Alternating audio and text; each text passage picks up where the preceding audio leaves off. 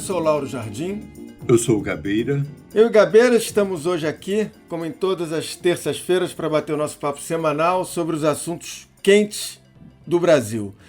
Agora, antes de começar a conversar com o Gabeira, eu queria dar um aviso aos ouvintes. Na terça-feira que vem, dia 7 de setembro, o nosso podcast vai ao ar excepcionalmente mais tarde, em vez do horário habitual das 5h30 da tarde. O Lauro Gabeira vai estar disponível lá pelas 9h30 da noite e o motivo é mais do que justo. A gente quer gravar o programa depois de saber o que deu e como foi o ato bolsonarista marcado para o Dia da Independência.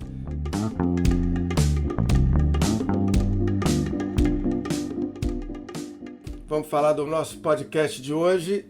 Como a gente está nessa semana pré-7 de setembro, é claro que esse vai ser o tema principal do podcast de hoje.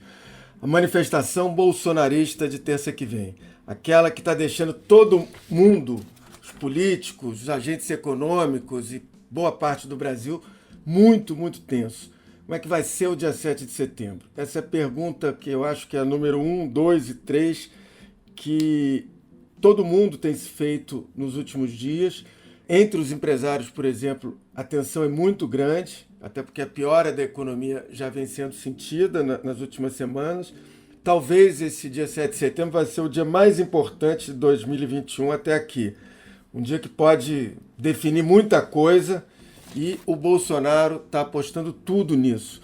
A gente também vai conversar um pouco sobre essa discussão que acontece agora no Supremo, sobre o marco temporal para a demarcação das terras indígenas. O tema voltou a ser julgado na semana passada e vai ser retomado amanhã, quarta-feira, no Supremo.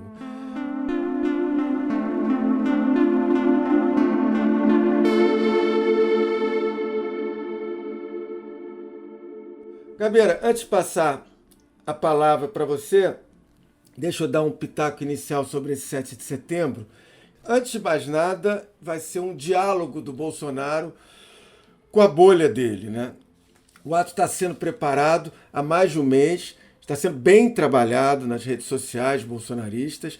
Além disso, ganhou no meio do caminho o apoio de algumas lideranças evangélicas, como o sinistro pastor Malafaia. Nós apoiamos o movimento dos caminhoneiros e do agronegócio. Tenho certeza que essa gente má vai cair. E também de parte do agronegócio que está, mas sobretudo do agronegócio que está lá estacionado no século XIX, que é uma turma do agro que está bancando dezenas e dezenas de ônibus rumo a São Paulo e a Brasília, sobretudo.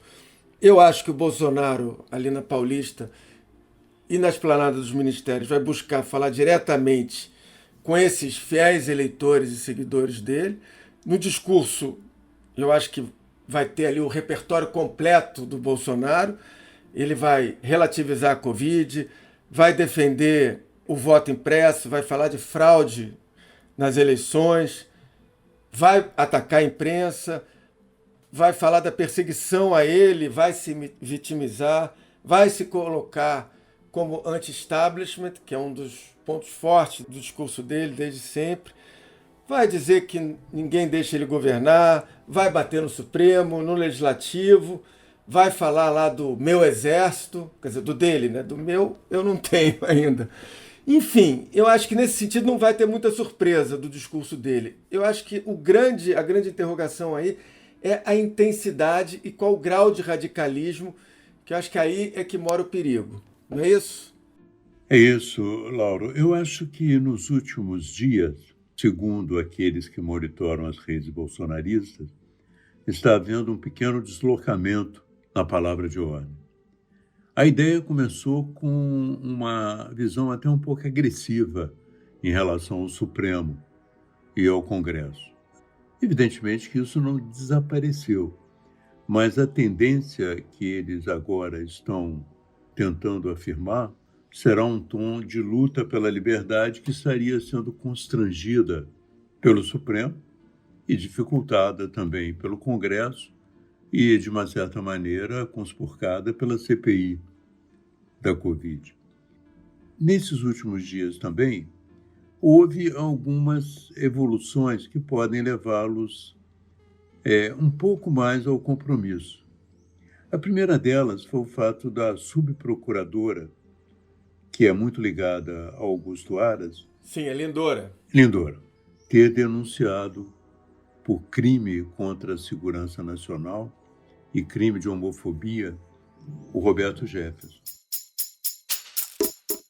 A arma é um instrumento de defesa até contra agentes do Estado. Esse Estado totalitário que está no mundo, opressor, comunista, ateu, marxista, hedonista, imoral, satanista, que quer destruir todos os valores cristãos para uma sociedade de baderna, sexo solto, abusando de crianças, fazendo gaysismo. Então, o que há nesse caso aí, de novo, é que a visão do Supremo sobre os limites da liberdade de expressão, visão que é amplamente incorporada por nós, foi também incorporada pela Procuradoria-Geral da República.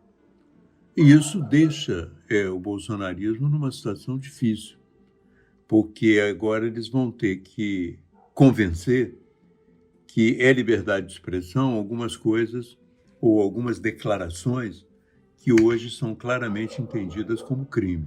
A outra evolução importante é que o Bolsonaro começa, por mais que ele consiga reunir, e certamente vai reunir milhares de pessoas, o Brasil tem 200 milhões de habitantes, né? Quer dizer, ele vai reunir uma parte das pessoas que o apoiam.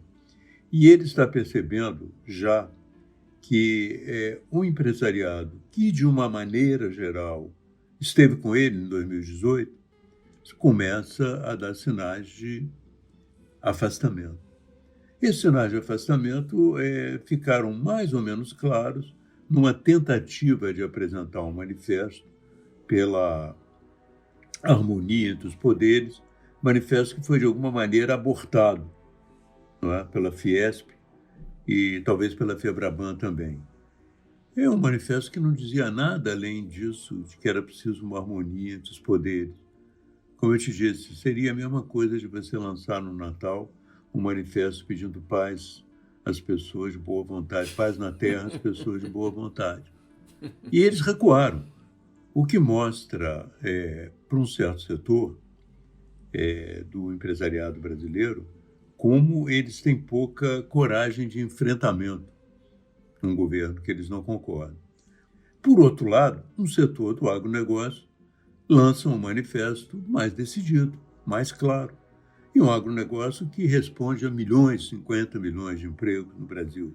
Um agronegócio que tem sua sintonia com o exterior muito mais ampla do que uma indústria decadente. Então, esse agronegócio realmente representa uma força muito grande. Eu não digo o agronegócio que está financiando a manifestação do Bolsonaro, mas aquele que sabe que as antenas do mundo estão ligadas no Brasil e que os seus negócios estão dependendo também dessa boa relação com o mundo. Uma relação de clareza política, uma relação de uma tentativa de sustentabilidade. Finalmente, eu acrescentaria um tema que é importante, é o fato de que, quando você pega o país no conjunto e o mede através de pesquisas, o prestígio do Bolsonaro continua se derretendo, né? E é muito difícil que uma manifestação voltada para a bolha, repetindo os temas que o isolaram, possa trazê-lo para alguma coisa a mais do que a própria bolha. Você mencionou aí uma série de coisas que ele vai dizer, mas que não tem grande sentido. A primeira é de que ele é perseguido pelo Supremo Tribunal Federal, entende? Quando, na verdade, ele apenas levantou uma questão sobre as eleições que foi uma questão desmentida. Não tem como se comprovar que as eleições não foram ou foram fraudadas. São indícios. Um crime se desvenda com vários indícios. Ele não conseguiu demonstrar que as eleições no Brasil são fraudadas. Primeiro ponto, né?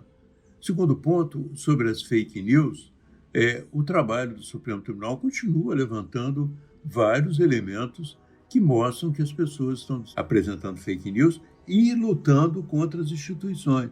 É o caso de um presidente de partido, que é o Roberto Jefferson, propondo uma agressão ao Congresso. Isso em lugar nenhum do mundo é aceitável, Laura. Isso você não pode aceitar em lugar nenhum. Então, esse discurso dele não tem sentido. Por quê? A parte final, que você mencionou também, muito possivelmente vai surgir como aquele perseguido pelo sistema. Mas uma coisa é o discurso do candidato em 2018 que se diz perseguido pelo sistema. Outra coisa é de um presidente da República que passa a ser também um componente desse sistema, responsável por várias coisas. Responsável pela luta contra a pandemia, que ele vai negar, né? Responsável pelo avanço da economia, que ele não está conseguindo determinar. E, finalmente, algo que está surgindo agora, que eu tenho falado muito, que ele é responsável também para tocar a crise hídrica e a crise de eletricidade que vem por aí. A crise energética vai chegar para ele um pouco como a Covid-19. Algo que você vai julgando para o lado e, de repente, aparece. Portanto, por mais que a manifestação seja uma manifestação com muita gente, porque ele realmente, a bolha dele é grande, ele vai trazer muita gente, eles estão envolvendo muito, ela tem poucas possibilidades de capilaridade pelo país, no meu entender. Gabriel, eu acho que, nesse ponto, o sucesso, visto sob o ponto de vista do Bolsonaro, da manifestação, é ele lotar a Paulista e a Esplanada dos Ministérios. Independentemente dele estar derretendo nas pesquisas, dele ter ali uns 20% de apoio no Brasil, se ele enche a Paulista e enche a Esplanada, ele consegue, pelo menos por algum tempo, dizer para o país o seguinte: olha, eu tenho algum apoio. Isso torna mais difícil, evidentemente, qualquer possibilidade, não só de impeachment, que não está em discussão nesse momento, porque o Arthur Lira engaveta tudo, mas mesmo, eu publiquei no domingo passado, uma informação que eu colhi junto ao TSE, no processo que pode resultar, ou poderia resultar, na cassação da chapa Bolsonaro-Mourão, por espalhar fake news na campanha de 18 e por abuso de poder econômico, as condições técnicas elas já estão dadas para cassação. O que, como me disseram dois ministros, o que não se tem, e não se tem mesmo, segundo eles, é condições políticas para qualquer medida desse tipo. Então, eu acho que para o Bolsonaro basta lotar a praça nesse momento e ainda assim falar para a bolha, quase como se ele estivesse se fechando num bunker.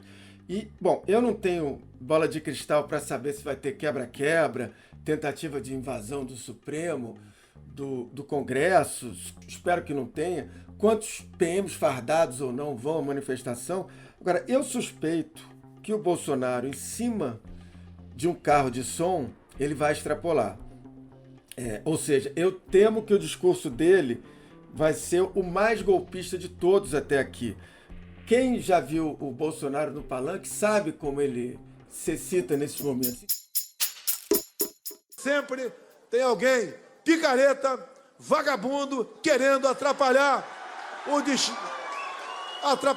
o trabalho daqueles que produzem.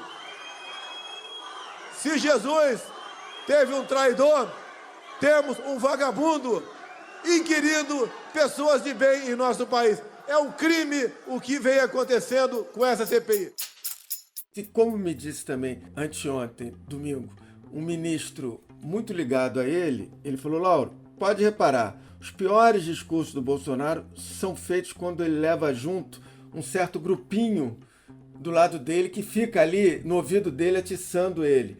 E aí falou, esse ministro falou assim: o Bolsonaro, que já gosta de porrada, se inflama mais ainda. Ele citou ali, por exemplo, o ministro do Turismo, Gilson Machado, citou um sargento da PM que hoje é assessor direto do Bolsonaro, um sujeito chamado Max Machado, que vai ser até candidato a deputado no ano que vem no Rio. Ele tem uma boa presença no Instagram e tal. Isso. Esse ministro que falou comigo até citou que antes o grupo que que atiçava muito ele, ainda tinha o Ricardo Salles e o Ernesto Araújo. E por outro lado, a gente fica pensando, que discurso restou ao Bolsonaro? A economia está desarrumada. A inflação anualizada está perto dos 2 dígitos. O preço do botijão de gás passou dos R$100. A cesta básica nas alturas. Tem um quadro de gasolina chegando a R$7. Tem um quadro de crise hídrica que você citou aí, que torna um racionamento aí talvez iminente. O desemprego não baixa. Quer dizer, que discurso resta ao Bolsonaro se ele não tem nada a apresentar? Então o discurso vai ser esse mesmo, esse discurso das armas, da semana passada ele insistiu ali para a compra do fuzil. Tem que todo mundo comprar fuzil, pô. Povo armado jamais será escravizado. É um pouco isso. Ele está sem saída, né? Ele não tem discurso. Então fica esse pior do discurso dele. E o Bolsonaro não tem objetivo político. Ele não tem proposta política. Entende? Ele é uma mistura. Você vê que mesmo aquelas pessoas que inicialmente pensavam que ele era uma mistura de conservadorismo e liberalismo, você viu, primeiro, que não é liberal totalmente. Muitos liberais já abandonaram o barco. Né? Os próprios empresários são liberais e começam a liberar Segundo, que ele não é conservador, ele é reacionário. Exatamente. Entendeu? Essa diferença é fundamental. Ele é reacionário. O conservador, ele tem uma série de defesas, de situações que ele considera melhores do que a mudança, entende? Aquela visão do inglês, o conservadorismo inglês, que tem uma grande base filosófica. Mas ele não é isso, entende? Então, mesmo os grupos religiosos, que ontem eu escrevi um artigo mostrando que o Bolsonaro e o próprio Ministério, eles têm uma tendência à exclusão. Eles são exclusivistas, né? E essa falta de solidariedade no discurso, tanto no discurso da pandemia como no discurso da inserção de pessoas portadoras de deficiência na escola, tudo isso é contrário à religião. Da mesma maneira, o armamentismo é contrário à religião. Muito possivelmente, o que ele entende hoje como um apoio religioso é um apoio de alguns pastores oportunistas que não têm nenhum compromisso com a perspectiva religiosa, com a teologia, não importa nada que tenha realmente ligação com a religião no seu estado mais puro, e são pessoas que querem enriquecer e ter uma boa posição no governo. São esses que estão lutando por um ministro do Supremo Tribunal Federal terrivelmente evangélico e tal, como se realmente a visão evangélica fosse a visão de um partido político ocupando espaços no poder. Então, eu acho que, de um ponto de vista histórico, é muito difícil a afirmação de um projeto desse. Vamos para o nosso segundo tema, o marco temporal para a demarcação das terras indígenas. Esse julgamento, que foi retomado na semana passada pelo Supremo, é um julgamento fundamental para definir a demarcação das terras indígenas, que é um item, obviamente, negligenciado de modo ostensivo pelo governo federal. Em resumo, os ministros do Supremo eles estão julgando se só podem ser consideradas terras indígenas aquelas que já eram ocupadas por eles antes da promulgação da Constituição de 88. Podemos, de imediato, ter uma decisão judicial para que se demarque no Brasil uma área equivalente à região sul do nosso Brasil. Isso simplesmente inviabilizaria o nosso agronegócio. Essa decisão do Supremo vai definir o rumo de 300 ações que hoje estão em curso sobre demarcação de terras indígenas e de outras que possam entrar na justiça. Antes de eu passar a palavra para o Gabeira, queria dar uma informação que eu apurei nos últimos dias com alguns ministros do Supremo. É o seguinte, apesar dos 6.000 índios que acamparam na esplanada dos ministérios na semana passada, apesar da expectativa dos indígenas, também do agronegócio, que pressiona a favor do marco temporal, do país inteiro, enfim. Esse tema não vai ser resolvido já. E o marco temporal não vai se resolver nem nessa semana, nem na próxima. Por quê? Porque um dos ministros ali vai pedir vista, ou seja, vai pedir para adiar o seu voto para poder estudar mais o processo. Essa é a expectativa geral na corte. Como eu disse, eu conversei com 3 ministros que me repetiram a mesma coisa. Nenhum deles quis me dizer quem é que ia pedir vista, mas enfim, o país está esperando essa resposta e vai se adiar mais uma vez. Provavelmente, talvez para esperar que o Congresso se manifeste, já que tem um projeto de lei que o Arthur Lira prometeu ao agronegócio que vai colocar como prioridade para votação, um projeto de lei que exatamente coloca o marco temporal de 88 como o da demarcação das terras indígenas. Eu acho até que esse adiamento, nesse momento da conjuntura, pode não ser assim tão problemático, não é? Mas evidentemente que o tema tem que ser discutido. Você não vai poder escapar. Você mencionou aí 300 ações, há 850 casos em debate e tal. Nós sabemos que não está inscrito na Constituição nenhum marco temporal. A Constituição garante aos índios as suas terras tradicionais, não tem inscrito nenhum marco temporal. Isso foi uma coisa incluída ali na decisão da Raposa Serra do Sol, né? E passou a ser visto como uma jurisprudência, que também não é. Os argumentos dos índios são o seguinte: olha, nós em muitos momentos fomos expulsos. Fomos expulsos, então nós temos que voltar para o lugar também de onde nós fomos expulsos. Se você define o marco temporal como o marco temporal da Constituição, você elimina uma série de possibilidades de nós termos acesso às nossas terras, como manda a Constituição. Os 2 artigos da Constituição que garantem. Existe um argumento também que foi levantado pelo ministro Gilmar Mendes, que era o seguinte: é preciso um marco temporal, senão os índios vão pedir Copacabana para eles, ou Guarulhos, ou a cidade de Guarulhos. Mas é um argumento que tem alguma força em rede social, até no debate parlamentar pode ser utilizado. Mas nós sabemos que os índios não querem Copacabana, não estão pedindo Copacabana, nem querem a cidade de Guarulhos. Eles querem terras concretas, reais, que eles demonstram que foram deles e às quais eles estão ligados, inclusive acampados, esperando essa possibilidade. Portanto, é necessário que haja uma decisão tranquila sobre isso, respeitando a Constituição. Existe uma outra variável que eu quero mencionar, é que houve uma manifestação da ONU, nesse caso.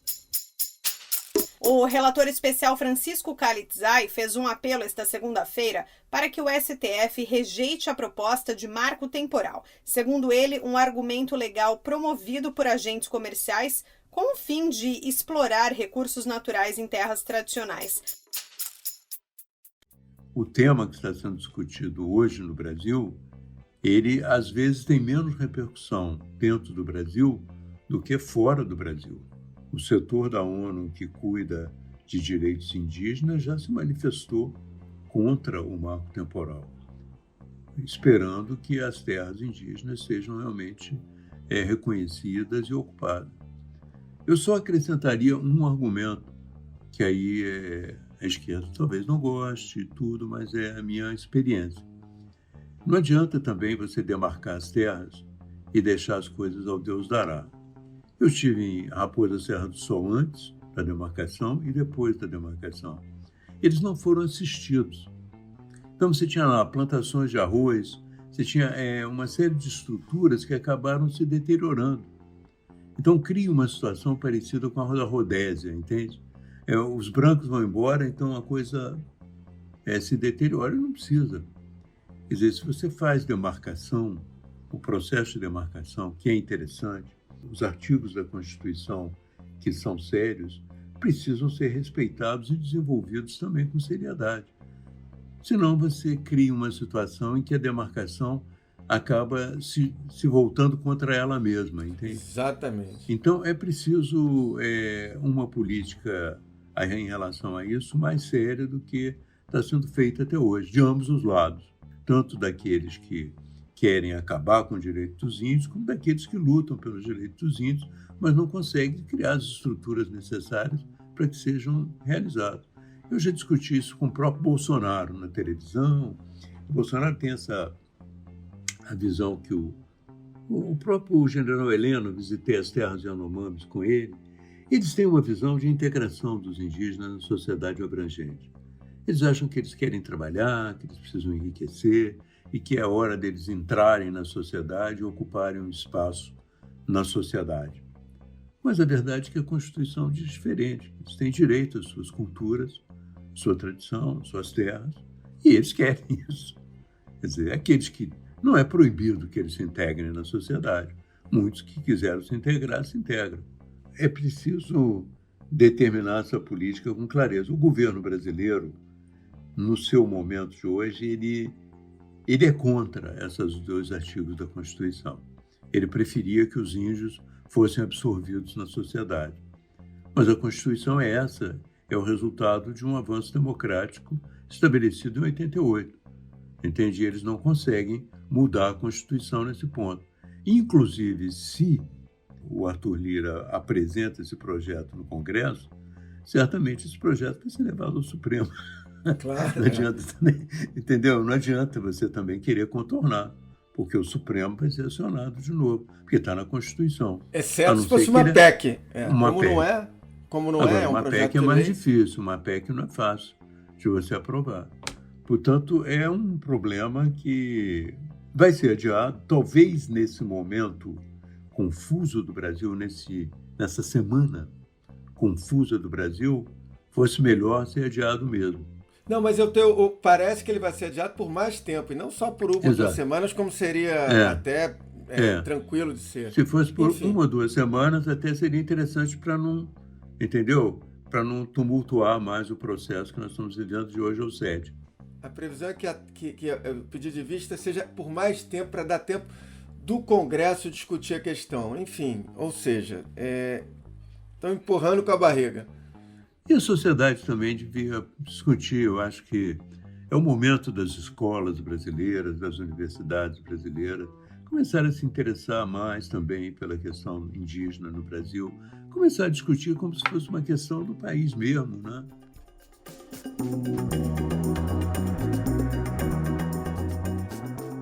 Bom, o papo tá ótimo, mas está terminando o Lauro Gabeira de hoje. O Lauro Gabeira está disponível a partir das 5h30 da tarde das terças-feiras no site do Globo, no Spotify, no iTunes ou na sua plataforma preferida de podcast. Também pode ser ouvido na rádio CBN às 10h30 da noite, também às terças-feiras. Esse episódio teve a edição do Vitor Carvalho e da Fernanda Pontes. A trilha sonora que vocês estão ouvindo aí ao fundo é da Mari Romano.